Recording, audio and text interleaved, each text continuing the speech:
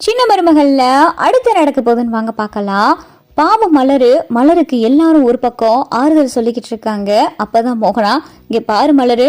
நானும் அவரும் சேர்ந்து உனக்கு ஒரு வாழ்க்கையை தேடி கொடுப்போம், நீ மறுப்பு சொல்லாம நாங்க சொல்றதுக்கு சம்மதம் சொல்லணும், என்ன சரியா அப்படின்னு சொல்லி மோகனா கேட்கவும், இல்லம்மா கடைசி வரைய இந்த வீட்டுல ஒரு வேலை பார்க்குற பொண்ணாவே நான் இருந்துட்டு போயிடுறேன்னு, எனக்கு இனிமேல் எந்த புது வாழ்க்கையும் வேணாம் அப்படின்னு சொல்லி மலர சொல்லவும், என்ன பேசிக்கிட்டு இருக்க, ஓ வயசு என்ன 70-80 வயசு ஆகுது, உனக்கு மாள வேண்டிய வயசு, இப்படி போசையும் உனையும் அத்து விட்டது எங்க மனசுக்கெல்லாம் எவ்வளவு வேதனையா இருக்குன்னு தெரியுமா? நீ சின்ன பிள்ளையில இருந்து நாங்க பார்த்து வளர்ந்த பிள்ளை, கிட்டத்தட்ட எங்க பொண்ணு மாதிரி நீ, உன் வாழ்க்கை இப்படி போயிருச்சுன்னு எங்க மனசு எவ்வளவு பதபதைக்குது தெரியுமா? நீ என்ன சர்வசாதாரணமா எந்த வாழ்க்கையும் வேணான்ற? இங்க பாரு மலரு, நீ உண்மையிலே எங்க மேல ஒரு மதிப்பும் மரியாதை வச்சிருக்கேனா நாங்க சொல்றத நீ கேளு, உனக்கு ஒரு நல்ல வாழ்க்கையை ஏற்பாடு பண்ணி கொடுக்கறது எங்களுடைய பொறுப்பு அப்படின்னு சொல்லி மோகனா சொல்லவும், அப்பதான் ராஜாங்கம், மோகனா நீ மலரை அனுப்பி விட்டுட்டு ரூமுக்கு வா அப்படின்னு சொல்லி ராஜாங்க கூப்பிடுறாரு.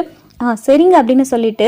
மோகனா ராஜாங்கத்துடைய ரூமுக்கு வராங்க. அப்பதான் ராஜாங்கம் சொல்றாரு, இங்க பாரு மோகனா, மலருக்கு ஏத்த நல்ல இடம் நம்மளுடைய சொந்தத்திலே இருக்கு, உனக்கு ஞாபகம் இருக்கா அப்படின்னு சொல்லிட்டு இங்க ராஜாங்க கேட்கவும், யாருங்க, யார சொல்றீங்க? அதுவும் மலருக்கு போஸோட கல்யாணமே ஆயிடுச்சு, கல்யாணம் ஆகி அவனோட கொஞ்ச நாள் வாழவும் செஞ்சிருக்கா, இப்படிப்பட்ட ஒரு பொண்ண யாருங்க இப்ப கல்யாணம் பண்ணிக்கிற வருவா, அதுவும் நம்ம சொந்தத்துக்குள்ள யாருங்க இருக்கா அப்படின்னு சொல்லி இங்க மோகனா கேட்கவும், இங்க பாரு மோகனா, என்னுடைய தூரத்து சொந்தம் தான் அந்த பையன், இங்க நம்ம ஆண்டிப்பட்டி மெடிக்கல் காலேஜ் இருக்கு பாத்தியா, அந்த மெடிக்கல் காலேஜில் தான் கேண்டீன் வச்சு நடத்திக்கிட்டு இருக்கேன், அவங்களோட நமக்கு கொஞ்ச நாள் பேச்சுவார்த்தை இல்லாம இருந்துச்சு, என்னன்னா என்ன அப்படின்ற பேச்சுவார்த்தையில தான் நம்மளும் இருந்துகிட்டு இருந்தோம், எனக்கு அந்த பையன் தான் ஞாபகம் வரேன், அந்த பையன் ரொம்ப நல்ல பையன், குணத்துலயும் நல்ல பையன், இப்பதான் சமீபத்துல அவங்க அப்பா என்னை ஆபீஸ்ல வந்து பாத்துட்டு போனாரு, என்ன பண்றியா மகன் அப்படின்னு கேட்டதுக்கு, ஆண்டிப்பட்டி மெடிக்கல் காலேஜ்ல கேண்டீன் வச்சு நடத்திக்கிட்டு இருக்கேன் அப்படின்னு சொன்னாங்க.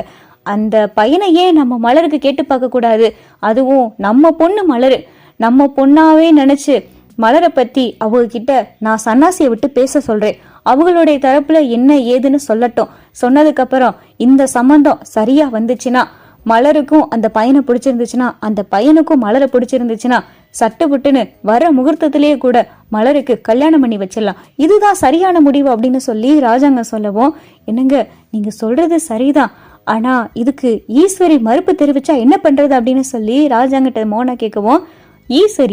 ஈஸ்வரி மறுப்பு தெரிவிக்க என்ன இருக்கு அப்படின்னு சொல்லி ராஜாங்க கேட்கிறாரு. இல்லைங்க, என்னதான் இருந்தாலும் போஸே இன்னொரு வாழ்க்கையை தேடிக்கிறாத இந்த நிலையில நம்ம திடீர்னு மலருக்கு, அதுவும் அத்து விட்டு கொஞ்ச நாளைக்குள்ள மலருக்கு ஒரு கல்யாணம் பண்ணி வச்சா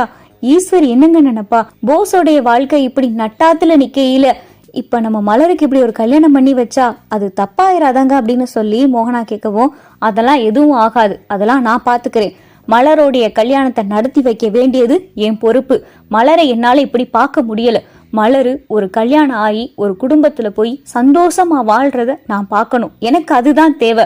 நான் அந்த சொந்தக்காரவங்க கிட்ட பேசுறேன், பேசி என்ன ஏதுன்னு இன்னைக்கு அதுக்கு ஒரு முடிவை கேட்டு சொல்றேன் அப்படின்னு சொல்லி ராஜாங்கம் மலருக்கு. இந்த வீடியோ உங்களுக்கு பிடிச்சிருந்தா லைக் பண்ணுங்க, ஷேர் பண்ணுங்க, மறக்காம நம்ம சேனலை சப்ஸ்கிரைப் பண்ணுங்க.